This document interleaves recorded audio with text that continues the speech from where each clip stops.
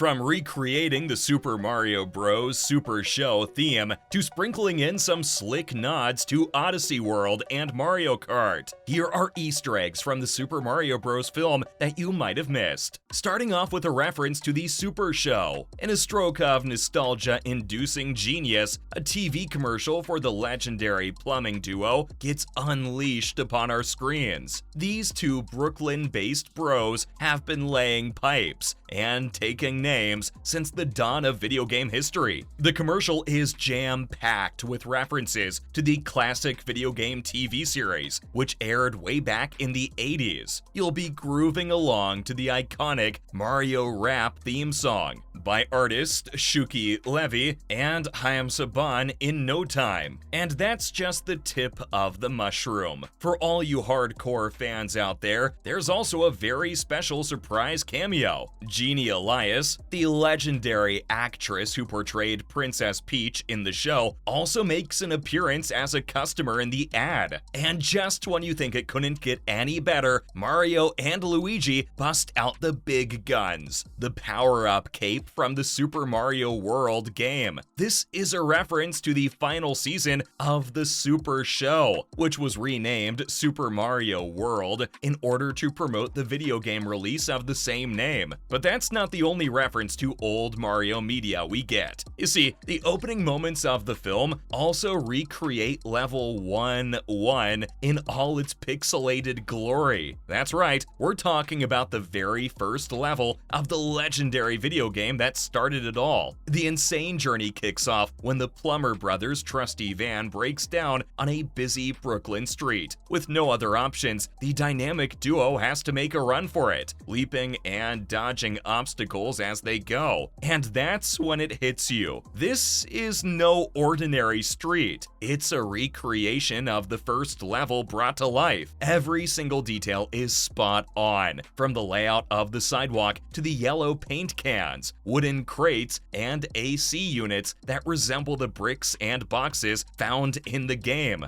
Believe me, it's like stepping into a real-life version of the game. And the best part? It gets even better. See, as Mario and Luigi reach the end of the level, they slide down a flagpole, just like in the game. As if that wasn't enough, Mario also slides past Burger Castle, a red brick building that resembles the castle at the end of the level. Talk about attention to detail. Like, even the original voice actor from the video game series makes a cameo in the film. That's right, Charles Martinet. The legendary voice actor has been the voice of Mario in countless Nintendo games, and we owe him a debt of gratitude for bringing the mustachioed hero to life. Now, while Chris Pratt might be voicing Mario in the movie, the filmmakers haven't forgotten Martinet's contributions. In fact, they gave the guy not one, but two cameos, and they're both absolutely amazing. First up, he voices Giuseppe, an elderly Italian man who approves of Mario and Luigi's Italian accent in their TV commercial. And let's be real, if anyone knows about Italian accents, it's Martinet. This is a cool nod to the man who has brought so much joy to fans over the years. Martinet's voice is heard a second time as the dynamic duo's father, who initially discourages them from starting their own business. However, he changes his tune once they defeat Bowser, and the moment is a touching tribute to a vital figure in Mario's past. Casting Martinet as Mario and Luigi's father is a stroke of genius, and commenting on his iconic Italian accent is truly special. Getting back to the film itself, Mayor Pauline also makes a short appearance in the film. Now, if you're a true fan, you already know that Mario's first girlfriend wasn't Princess Toadstool. It was actually a lady named Pauline. That's right, back in the days of Donkey Kong, Mario was trying to rescue his lady love from the clutches of the big bad gorilla. Now, despite being Mario's first love interest, she hasn't really had many appearances in the games over the years. So, it's it's easy to miss her cool little cameo. In the film, when Brooklyn is hit with flooding, Mayor Pauline calls on the brothers to help out. It's a clear nod to Mario's first beloved damsel in distress, and it's great to see her sporting her trademark ruby color. But that's not all. Her political position as the mayor of New Donk City is also a shout out to Super Mario Odyssey, in which she held the same position. After this, we get the Mushroom Kingdom sequence, which was basically a treasure trove of Easter eggs. If you look closely, you'll find all kinds of nods to past Mario games and characters. First, let's talk about that coin bank. Not only does it look just like the one from Super Mario Bros. 3, but it also plays the Toad House music from that game. It's a subtle touch, but it's sure to bring a smile to longtime fans. And speaking of characters, keep an eye out for Toadette. She might be absent from the main storyline, but she makes a brief appearance playing the drums atop a blue plaque on a poster at an antique store. The store's packed to the brim with power-up items from past games, including dragon coins from Super Mario World and the Super Bell from Super Mario 3D World. You'll also spot shortcut hammers, P-blocks, P-balloons, music boxes, and more. And if you're really paying attention, you might even spot an image of the crazy cap store from Super Mario Odyssey. It's a blink and you'll miss it moment, but it's a reference to one of the more recent Mario games. Finally, keep an ear out for a classic callback that every old school gamer will recognize. Toad is advised to blow into an old Nintendo cartridge, a reference to the classic trick of blowing into NES cartridges to get them to work. It's a small detail, but it's sure to bring back memories for anyone who grew up with the NES. Speaking of Nintendo consoles, anyone up for a round of Mario Kart? The whole sequence with the wild ride across Rainbow Road is a nod to the beloved Mario Kart franchise. As they careen through the colorful course, fans will instantly recognize the infamous blue shell, a weapon known to strike terror into the hearts of players everywhere. The racing duo also manages to pull off a tricky maneuver that every pro karter will remember. They take a daring shortcut, leaping from one road level to another, just like in the game. Later on in the movie, Mario, Peach, and Todd get to create their own vehicles. It's a nice nod to Mario Kart 8, as the trio is given free rein to customize their rides with a range of karts, tires, and characters. Anyone who's played the game knows the intricacies of spending countless hours tinkering with their own custom vehicles. But as great as all this was, fans can't get over the little nods toward Bowser's family. In the end, Jack Black's rendition of Peaches as the iconic villain is a real crowd pleaser, but it's the small details that make it a real treat for die-hard fans. On the piano, there's a plaque that reads Ludwig von Koopa, which is a clever play on words referencing both the famous pianist Ludwig van Beethoven and Bowser's very own Koopaling,